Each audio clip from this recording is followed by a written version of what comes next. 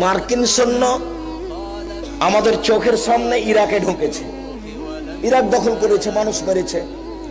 মার্কিন সৈন্য আফগানিস্তানে ঢুকেছে, আফগানিস্তানের লোকজনকে হত্যা করেছে।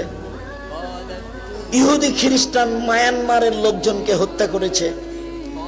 তো এরা যত মুসলমানকে হত্যা করেছে মুসলিম দেশগুলিতে, জর্ডানে হোক, আপনার আরো সিরিয়ায় হোক, এইসব দেশগুলিতে মুসলমানেরা মুসলমানকে যত হত্যা করেছে ধর্মের নাম দিয়ে, এদের হত্যা করা ওদের চেয়ে অনেক অনেক অনেক বেশি।